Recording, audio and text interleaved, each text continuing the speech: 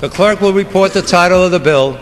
H.R. 1541, a bill to provide for an additional temporary extension of programs under the Small Business Act and the Small Business Investment Act of 1958, and for other purposes. Pursuant to the rule, the gentlewoman from New York, Ms. Velazquez, and the gentleman from Missouri, Mr. Graves, each will control 20 minutes. The chair now recognizes the gentlewoman from New York, Ms. Velazquez. Thank you, Mr. Speaker. I ask unanimous consent that all members may have 5 legislative days to revise and extend their remarks and include extraneous material on the resolution under consideration. Without objection, so ordered. Mr. Speaker, I yield myself such time as I may consume. Without objection. As our nation responds to the current economic downturn, small businesses will be central to our recovery. They are the engine of our economy, producing 60 to 80% of new jobs, and their role is even more important during recessions. The fact is, when the job market is tight, many Americans venture out, launch their own enterprises. Following the recession of the early 1990s, small firms generated 3.8 million new positions for American workers, a number that surpassed big business expansion by almost 500,000.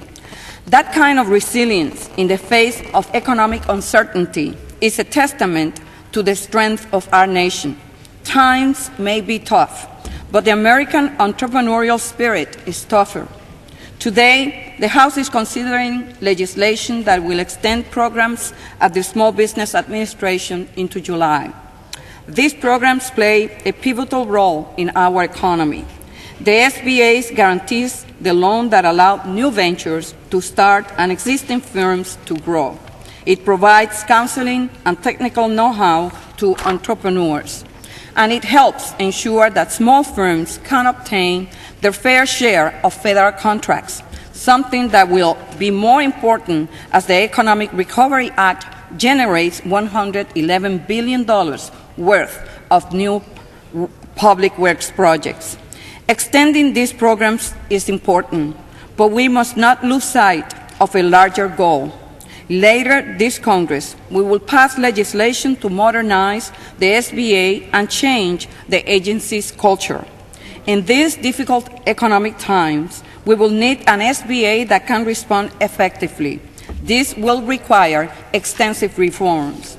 Already this Congress, we passed the most significant updates to the agency in a decade.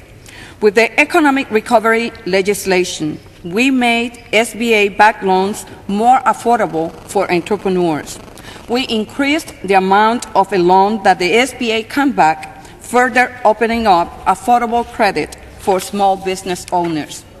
We established a new small business stabilization financing programs at the SBA, which will provide short-term loans to businesses struggling to meet their existing obligations.